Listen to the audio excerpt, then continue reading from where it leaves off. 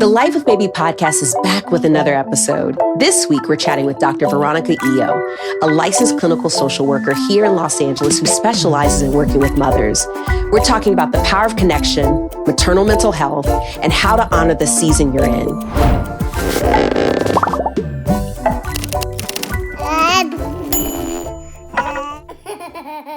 I'm so excited about our guest today. She's going to make your life with baby easier. I've said it, you've been warned, all right? Today we have Dr. Veronica Eyo, who specializes in working with mothers, new and seasoned, and navigating the challenges of parenthood, as I almost choke on my spit. Because the parenthood does that to you. It does that to you. It just grabs you by the throat. Just like chokes you out.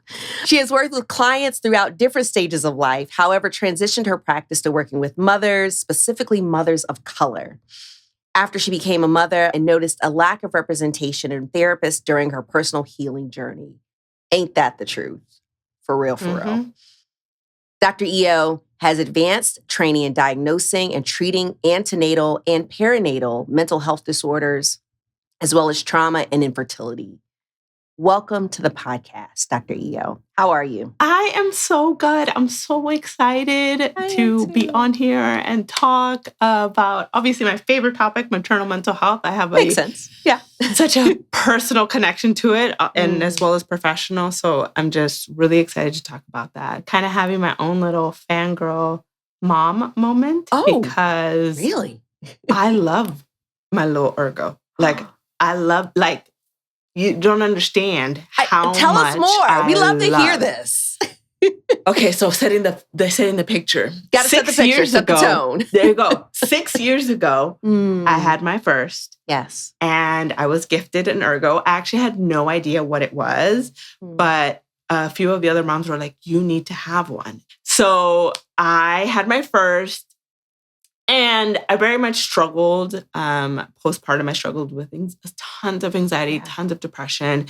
Yeah. As I was going through my own healing, they were like, wear the baby more. Because I would get wrapped up with, I'm not doing enough. Like, I'm such a bad mom. I'm such a bad wife. Like, it was just a whole mess of things. Then a year later, I got pregnant. And I had a big old belly. And I have so many memories of me with this big belly, with the baby, my daughter on the back of me, like walking around, oh my right? Gosh. And then he was born. My middle child was born. And I don't think I could have gotten through the postpartum period without this child being, my middle one being attached to me, because I had a toddler. Yeah. She was running around. Yeah. I had to keep her running around. Let me phrase that. Maybe she didn't need to. I needed her to run out all the... Yes. I was like known for like, I would wake up, give her breakfast, and then I would put on my baby in my Ergo, and we would walk to the park, and then she would run around, and then I'd walk back. Yeah. And I did that with my third, but it's the same Ergo. It was the same one. Yeah. Totally with the stains, all that stuff. I was so heartbroken when I finally gave it up because I no longer have babies that I carry. Yeah. But that's a memory that I have of my Ergo, is that it helped me during a time when I felt like I didn't have enough hands. I wasn't doing enough. So that's my fangirl moment. I love it. We're here for a good fangirl moment. Give the gift of baby wearing to future and expecting families. As a part of our commitment to sustainability, Ergo Baby created Everlove, a first of its kind carrier buyback, restoration, and resale program. Through Everlove, Ergo Baby takes your previously loved baby carriers and breathes new life into them for new families to enjoy. By carrying on our tradition of quality and connection, we extend the life cycle of our carriers for a more sustainable future and make baby wearing more accessible to more families. Buy or sell a carrier at ergobaby.com/Everlove. You know, when you said it had stains on it, I feel like, are you even wearing an Ergo if it doesn't have stains? Like, yes. Are you really wearing an Ergo if it doesn't have like a little bit of spit up right here? Oh, it had ton. Now, mind you, at least the bare minimum. I was like, could I have been better at washing it? I'm gonna be honest, I'm gonna throw but washing is for suckers. But yes, happy to be here and happy to be like, this is my final connection with Ergo, to be like, let's come around to it of like, I used it to part of overcoming postpartum. And then now, like, being able to talk about maternal mental health, which is what I do every day. That makes us feel so happy too, because I feel like it's such a tool to bond with our children, right? And just hearing that story, it makes me think of my own moments as well. That moment when you're pacing the floor in the middle of the night and the only way they will go to sleep is in that carrier. We came from a generation, and not everyone did, but a generation where it was, don't hold your baby too much. You're going to spoil that child. If, you're going to have a child that's always used to being in your arms, and then you're never going to be able to do everything. Like those comments, right? We came from that. I got it so much. Don't spoil that baby. You're spoiling that baby. Why do you hope? And the thing is that it's impossible. So much research actually tells us that we holding our babies benefits not only baby, our connection with baby, but also the connection with ourselves, being mothers. And so hold that baby, because pretty soon they're going to be running off. They don't want you to hold you no more. That's it. No, they're not. And it's funny. I mean, my oldest is 17. And, it goes by so fast. And it's like, I can't put him in the Ergo. I can't wrap him and be like, let me wear you. I know, come here. Let me wear you. He's 6'1". I'm 5'2". He's like, get off me. I mean, he's more like, come here, mom. Let me hold you. Let me wear you. Like, you are the smaller one. I can fit on his back. He cannot fit on mine. Like, it's just impossible. So you're right. It's impossible. It's like this idea that we can spoil our babies and not holding our babies. It runs deep. I hope that like parents begin to really be inquisitive on their why, like why that is, why they say that, why they believe that, and where is it coming from? It's kind of like this idea, I call it like a passenger thought, but those thoughts that, that just kind of get in the car with us. And we're like, where did that come from? Oh, that came from great, great, great uncle so-and-so who used to say that to their child, who said it to their child, who said it to my mom. And now they say it to me. I'm here with it. Right. And it's in my car now, and they're riding with me. We're taking a road trip together. And, I think of it like that. It's one of those things. I hope that parents kind of can dissect the passenger thoughts that we have and kind of like, oh, wait, does this even align with what I believe? And if not, open the door and be like, okay, bye. Like, let it out your car, Yeah. So. And that's where therapy comes in. That's one of the things that I love and appreciate about it. And it's why I think even me personally, why I went to therapy during that time of postpartum, because I was flooded. Like, people just see you pop a baby out. Yes. And they be like, so this is what you're doing wrong. This is what you need to do. Yeah. Everybody got an opinion on everything because they were the perfect parent. And it's like, come on. But as a new mother, and sometimes I stay away from saying new mother, because I think each time you give birth to a child, you are a different mother. Those thoughts, can have some sort of impact. My parents were from the generation where they did not nurse. It was no formula. You better do some formula. Better do the formula. Wait. Yeah. I'm like, wait. Back up. That one's research show. Yeah. And then, I'm struggling with it because, again, let's normalize that you will struggle with breastfeeding in the beginning. Your body don't know what to do it. Oh, my God. Yes. They're like, well, see, that's why you shouldn't do it, because formula is better. Yeah. And then the support is everything with breastfeeding. Yeah. So it's like, if you don't have that support, you're going to immediately abandon ship with that. Really quickly. And so then you come to therapy, you have someone, hopefully, and this is where I emphasize, if you are postpartum, see someone who specializes in this time. Because it's not just, you sad, like, you're sad. You gotta get over that. No. It's like, I'm happy for this baby, but I'm sad because all these other things are happening. Or Yes. I'm very anxious, but it's not just anxious about baby. It's now I'm finding myself doing repetitive tasks because I feel like these tasks are going to keep me safe. Right. Yeah. And so I see so many mothers that come into therapy, and it's like you have this third party telling you, but where did that thought come from? Why does that apply to you right now? And it's so funny. This is a perfect segue. I was going to ask you this. What are the most common issues that you see with some of your parents coming into your practice? I think the first, going on the thought would be doubt of self, right? Because of like so much messages that we get. And I want to say it's not even just family or friends. Now we live in the world of social media. Right now we could all open up our Instagram, our TikTok, and there's this parent doing something that you're not doing. So now then you feel like you're not doing enough. Yes. You know, a chunk of our work is really challenging, like you said, passenger thoughts that are coming in and then deciding like, you need to kick them out. How do we do that? How do we challenge that? How do we, say like, you know what, you don't serve me anymore. The other common thing that I see is with a lot of women, and I'm speaking in the terms of women of color that I see, mothers of color, of the birth trauma, of not feeling listened to by your medical professional, about feeling like I was just forced to have that cesarean. I was just forced to do this intervention. And even if the birth went in the way that you wanted, feeling like I wasn't heard though. I wasn't seen, right? Because it became into, I gave birth and it was all about baby. So mom, how did baby sleep last night? Yeah. So mom, how's nursing going? Should we just do formula to help? It's tailored to that instead of, my body just went through all these things. So there's the physical aspect. Then there's the hormones. I don't even know what's happening with the hormones. I don't even know.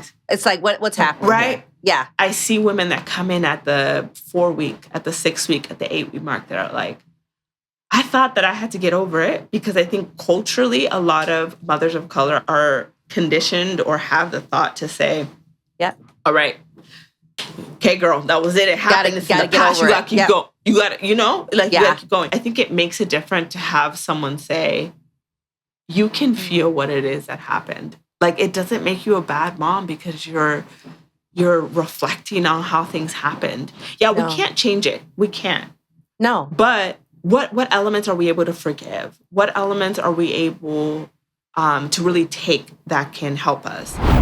Hi, it's Brandy Sellers-Jackson, author, mom, life doula, and the host of the Life with Baby podcast.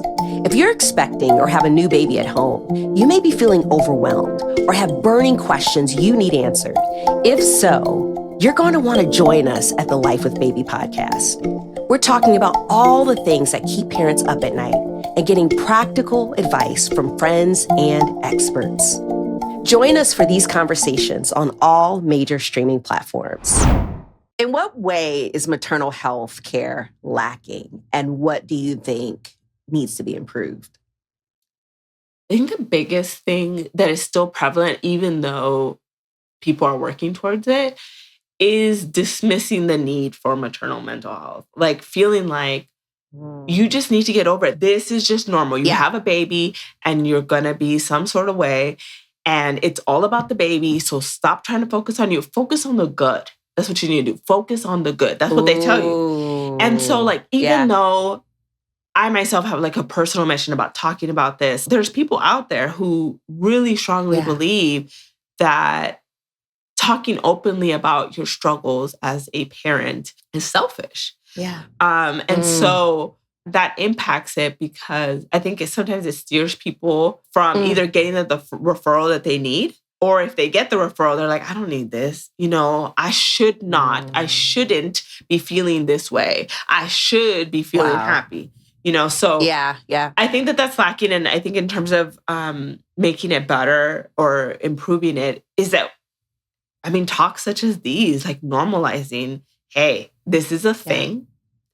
And it's an important thing to talk about. Research says your child, society benefits more from a mother that feels grounded and centered and feels supported than one that is just not, Thankfully, we're raising the next generation and making it normal to talk about it. Because that's all we can do. It may not happen in our generation, but for future generations, hopefully this is a normal thing. You find out you're pregnant and they say, hey, just like I recommend you to get this much iron and this food and all that. Yeah.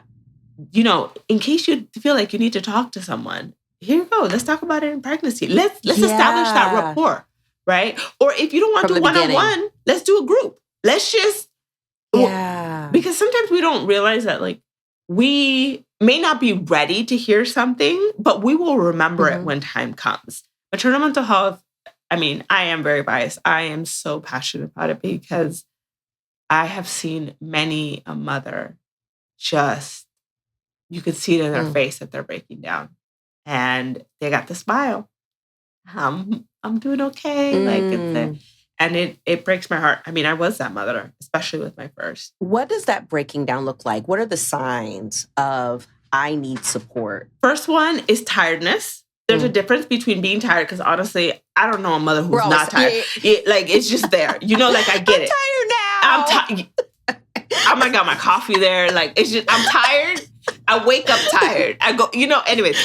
But you know what? There's a season that I'm in. You know, my kids are really little. It's a season. Yeah. You know, so, anyways. So there's that. When I see a mother, you could see it in their eyes. It's not just a physical exhaustion. It's a mental exhaustion. It's I'm here, but I'm not here. You know, someone takes the baby or you're looking away and that smile fades.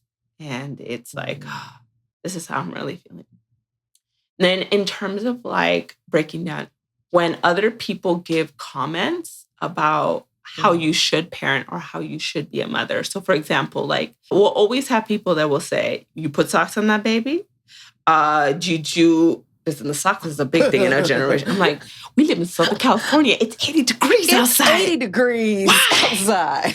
You know, that baby gonna catch pneumonia. How? Exactly. How? Exactly. Or it's like the kid doesn't eat something that grandma gave him or auntie gave him. Well, you see it's because you feed them all these chicken nuggets and you do the blah, blah, blah, blah, blah, blah, right? And so then I will see a mother be like, oh, okay, yeah, like I'm doing that wrong. How do I try that? Instead of on the other side of healing being like, all right, but you don't know what you're talking about. You don't know about my baby, right? The confidence that comes in it. Exactly. And so when I see a mother breaking down, I'll hear like those statements of like, just defeat. Like, it's another thing I'm doing wrong. I forgot the socks on this baby. I forgot the first Thanksgiving on this baby. Oh my God. Yeah. Right? It's like another thing that I can't do right. And a little self-disclosure with my first, I don't remember anything of her first year. Pretty much after the traumatic birth, I can't tell you nothing. I don't remember the first time I held her because she was rushed. It was a whole thing. She was rushed to the NICU, whatever. They drugged me. It was a whole thing. I don't remember anything. And so for me personally, I remember that feeling of defeat. That is one of my biggest motivations for the work that I do. Now, I'm not trying to step on anyone's toes or say like, you need to have therapy or you need to do these things. It's more of, I just want to be the second voice that says, are you sure you're okay? Like, you may not think of, and you might say, yeah, I'm fine. All right. But then my hope, planting seeds, that's actually one thing that it's very common in therapists saying, like, we're just planting seeds. I don't know when it's going to sprout. And hopefully when it's time to sprout, you know, you will have, I would have planted the seed of like, you know what? No, I'm not okay. You know, I remember this was with my first, being 6 days postpartum and going to see my parents, taking a 3 to 4 hour road trip because I had to bring the baby to go see family. Oh, yeah. After giving birth, I'm still bleeding, mind you. Oh, yeah. I still have on the big old pad. Man. The big old and you diaper pad. Yeah, and you can't, and it's all tight. You're just like, oh, everything hurts. And like, yeah. I still have that on. I still have that going on. And I remember getting there and immediately regretting it. Yeah. I remember having the smile that you speak of on my face, everyone being excited to see the baby, and them leaving the room. And I had a moment to myself, and it was just me and my husband. And I remember just breaking down, just ugly cry, like the snot, the tears, just ugly cry. And I mean, by that time, I was there. I might as well just like enjoy the ride, buckle up. Because we get over it. Like it already happened. We just got to keep pushing. It already happened. This leads me to my next question. how can parents set themselves up for success in their mental health after baby? It's a lot of being honest, like of what is it that you're truly able to do? Like if you miss this holiday, are we never going to get another holiday again? Right now, yes, I understand that life. We don't know what life has in store. Yes. But let's be optimistic, and that it will be there. Yeah. Right. Because even just what you just described, I'm like, if I would have either been a friend or a therapist in that time, I'd have been like, you sit yourself right here. Stop. Don't even get in that car. Why? No. Find a chair and sit in it. Yes. Preferably one that has like a Latin cushion and stuff. Because, preferably that one. Because I think in the beginning, when you first become a parent, you don't know what you're advocating for or what you need to advocate for. Right? Because we spend so much of pregnancy, so much of preparing for baby, all about baby. But we don't talk enough about after baby. And so when I've had those clients who have either they've heard me say something about it on social media or on a podcast or something, and they'll be like, all right. So how do I prepare for baby? What do I need to do? We look at the calendar, we see, because everybody has babies at different times. Actively looking at what's coming up for it. Because the familial expectations hit hard after you have a baby. So if it's Christmas, because I remember I have 2 October babies, so Thanksgiving was like right there. And if I knew to advocate for myself, no, I'm not doing Thanksgiving. Because the mother that I am now, the last 2 Thanksgiving, I've spent it on a resort with my family because I ain't cooking. I ain't hosting. Cooking where? Who's cooking? Right? Not me. No, I'm going to eat on a beautiful resort on a beach. My baby's going to be in the pool. Mom's going to have a drink in her hand at all times. All right, y'all? All the time. The entire time. Absolutely. The whole time. So looking at the calendar. Then before that, deciding when do you want to have guests? One of the things that I'm very thankful for in COVID was that people could not come to this hospital room. So many a mother be like, thank goodness I did not have to talk about this. Wow. It's not my fault. The hospitals don't let you in. They only let one person in. I'm sorry. I miss you there. I'm so sorry. You can't come, Uncle so-and-so and Auntie so-and-so. Yes. Because then you want to kiss my baby. Then you want to kiss my baby with those dirty lips. With germs. And now you want to, just all the things, just all up in the space. It's like one less judgmental person. Exactly. It's like, because even though it's well-meaning, they'll say, like, I just want to be of support for you. And you know what? I truly believe that people do want to be supportive of you. 100%. They want to show. The thing is, you don't know how yourself as a mother is going to feel, or even as a parent, because dad could feel this too, of how you'll feel when baby is earthside, especially the first few months. And so let's do a preventative. Let's decide, you know what? We want no visits at the hospital. You're not married to it. If you decide, hey, I want to do something different, that's fine. All right. And so many couples that I work with will say, like, for a month, we don't want to have any guests aside from the grandparents or aside from these people. Right. The second thing is how you going to eat. Okay. How you going to make sure that you eat? That part. How you going to make sure that you eat? People forget about that. They do. So sometimes I wish, like, when you give birth, they give you like a little checklist. Like, all right, so mom, I'm going to need you to put this reminder on your phone. Because we live on our phones. Even if we live on it. We need to put some reminders on there to make sure that you eat. If it's not an issue for you about remembering to eat, it's about making sure that there's food in the house. So who can we ask for ahead of time to say, can you take this on? And oftentimes when I work with parents, it feels so uncomfortable to ask for help. Just because you're feeling some sort of way, still say or ask for what you need. A feeling will pass. And then when are you going to have a checkup of how you are doing mentally?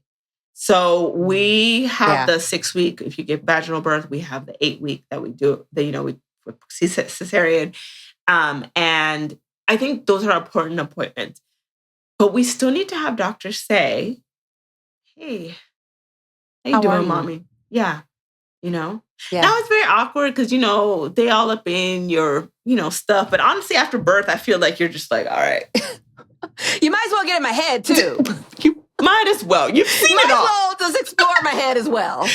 So even if a doctor does not specialize in that, just, hey, like this is where you can reach out to do it. And what that does is not only for you, but it's also having a third party who knows you, hopefully, if you've been in therapy before you got pregnant. Yeah. But even if they don't, look at you. There's certain things as a postpartum therapist that I'm looking at you to see, hey, maybe you need this. Yeah. So sometimes we're so in it, we don't think about it, right? We don't even think about it. So, especially when you're in it. Mm-hmm. So that's my long-winded thing of what, you see, I feel like now I need to make that like little checklist and then trademark it and then be like, all right, make it like laminated. Laminated. Yeah. Oh. Don't worry. In this episode, we will be having a checklist with you. There you go. Thank you. For all of our Ergo Baby audience. Give yourself the gift of time and your baby the gift of a cozy lounge. You need a breather, mama? Bouncer. Need a shower? Bouncer. Designed with the advice of a pediatric orthopedist and preferred 2-to-1 to competitors, Ergo Baby's Evolve 3-in-1 Bouncer is a safe place for baby when they can't be in your arms. Get yours today at a special listeners-only discount at ergobaby.com/podcast. So you said that you believe supporting parents is also supporting the next generation. Can you expand on that? For us, thinking about us as our generation, right? Looking at the next generation, asking for help or being open to yourself as you've grown and changed, I feel like it's going to be the biggest thing because it's going to normalize it, right? It's going to normalize, oh, maybe I've been doing this in this way for so long. Why am I doing it? And I think that can apply in everything, right? If you see your parents questioning why they do something or if it even serves them, these kids, like they're gonna think about it. We are raising the next generation to be okay that it's normal for them to do a quick check-in with themselves, about everything. Do I want to go to the school? Do I want to do a sport? Do I like this job? Right? Because we came from the generation, my parents stayed at the same job they still there. 50 plus. Right? Yeah. And it's like, they didn't stop to think. Yeah. It's funny too, when you said that, I immediately thought of a dear sister friend, Koya Webb. I attended a breathwork session with her amongst a lot of other women, and it was in the depths of the pandemic. And she said, how do you want to show up? And that question hit me so hard because I've known how I need to show up. Always have known that. How am I required to show up?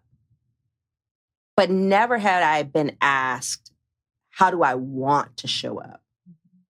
And I think when you said that, like doing that check-in is a part of that. It's asking ourselves as parents, especially if you are postpartum and you just had a baby, how do you want to show up in this season? It's so important, and I think it reminds us like of our agency, that we have a say. We do what we see our parents do, even if we don't want to. My husband will often will look at each other with these kids and be like, if this was the 90s, they wouldn't survive. This was the 90s. We say the same thing. It's like, we literally have looked at it like, you wouldn't have survived in our house as a kid. Oh, no. Be grateful. Right? And then I'm like, you know what, babe? I'm going to step outside because my own, how I was parented is coming out right now. So I'm going to need... It's coming out. Time out. The left eye's twitching. Right? But the thing is like giving room to that. Yeah. I'm not a bad mom. We never would question our parents. Oh, I know. Like, what? Like, ever. And with our kids, it's like they question us. And here's the thing. It's like we want them to do that because it's, exactly. We want them to question authority. We want them to be like, that doesn't feel right for me, actually. Please expound on what you mean by that. Oh, my goodness. We want them to We are the problem. I love how you said, just because the thought comes up like, man, if this was the 90s. oh my God. Like that thought comes up. It doesn't make us a bad parent. It makes us a parent that was parented in a certain way. Mm-hmm. And we remember it. Mm-hmm. And that's wow. And I think one of the things that I would expand on this question would be not only just like self-awareness or like asking yourself how do I want to show up? Because I think that is a great question. I think also asking, am I being realistic in how I want to show up? Because I gave the example of the holidays because it's the holidays, y'all. So I'm there, right? Am I being realistic? I love it. But there were times where I couldn't show up in the way that I wanted to. Right now, my house looks like just Christmas threw up all over. But you know what? Yours is better than mine. 2 years ago, when I had a baby, because I'm in a different season. And so if we can normalize not only like, how do I want to show up, but is that realistic in this season for me to do? How can I tailor that? Or another common one that I'll get with the mothers that I work with is about appearance. I just look like a mess all the time. I never have time to put on makeup. Or they'll say like, Veronica, I see you and you're put together. I'm like, listen, I got a 2-year-old, a 4-year-old, and a 6-year-old. They can put on their clothes by themselves. All right? Yeah. Or I can wake up now because I'm not nursing no baby in the middle of the night to shower. Yes. But you want me to show you a picture of me 2 years ago? Let me roll that beautiful bean footage. Hold on. Yeah. I wear the same 5 clothes. You just over and rotate because I can't even think about getting creative. But do I love to see a woman out there like getting dressed up or well-dressed? Man, absolutely. But I'm not in that season right now. So it's like, know your season. Know the season that you're in. Mm-hmm. That's so good. And we're normalizing that for our children because they see us doing that or talking about that. The next generation, they're gonna be ready with so much self-awareness to not be in a place where I just gotta suck it up and just move on. And we're starting with maternal mental health. That's where we're starting because mama is the example for it. And so much research shows that, and okay, maybe this is not always the best because it shouldn't be all on mothers. However, the research shows that if a mother does a specific trait, her kids are very likely to go follow through that, right? So if a mother is intent on going to church or synagogue, very likely the kids will follow. Then if a mother is taking the time to take care of her mental health, she is showing an example for her children to do the same. Well, it's funny you say that because I immediately thought of, our other guest, Brandy Jordan, said something so similar where she said, having something outside of our children, finding joy outside of our children. When we do that, we benefit and our children benefit, So hopefully someone needs to hear that in this moment. I always need that reminder. What is a must-have product that you recommend for new parents? I said the Ergo, right? I said what I said. Okay, yes, for the baby stage on that. Yeah. The next thing I would say, if I had to say about from here right now, is invest in some good AirPods. Now, hear me out. It's not about what you listening to them. It's that the noise of kids. A lot of us came from the generation where kids are supposed to be quiet. And so when we hear noise, sometimes some of us are really heightened to noise. And I will say that's for me. That's me. So it is not uncommon that I will walk around the house with AirPods on. Not because I'm listening to anything, though I do love me a good audiobook, but it's because I can hear things in a more muffled tone. And so I'm not reacting. I'm not like, stop yelling, stop doing this, stop doing that. Yeah, right. Like me making it worse, right? So if you can get yourself some good little headphones, you will find that the way that you react to your children, the sound of your children will be more aligned perhaps with how you want to interact with your kids than coming from a place triggered. From being triggered. Okay, that is so spot on. And now I'm like, goes on Google and like finds headphones because it's kind of like less reactionary and more proactive is what I'm hearing from you. As a mom, what keeps you up at night? Well, right now it's these spicy novels that I'm reading. Ooh, do tell, girl. Okay, but besides spicy novels, because I'm a therapist and I hear so much of how parents influence how their kids are, that sometimes I will get into those thoughts of like, am I showing up the way that I want for my kid? Many nights it's yes. I'm not perfect. Yeah. I'm not perfect. No one I'm is. far Yeah. from it.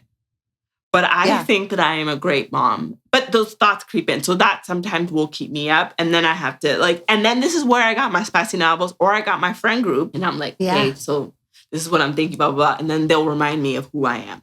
Right? That's so good. So that's what keeps me up. A lot of our listeners right now are probably up as we speak at night. They're probably pacing the floor, stressed out. In this thick of it, what would you tell them? Take each moment as it comes, one at a time. So if right now you're thinking like, oh my God, this baby cannot go to sleep. Okay, let's get through the next minute. Let's get through the next 30 minutes. Let's get through the next hour.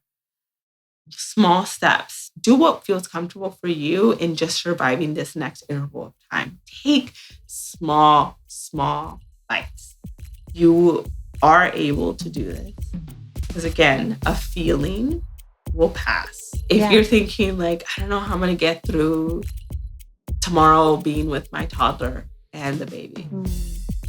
One bite at a time. That's it. That's all you got to do. That's so good. Thank you so much, Dr. Eyo. I just...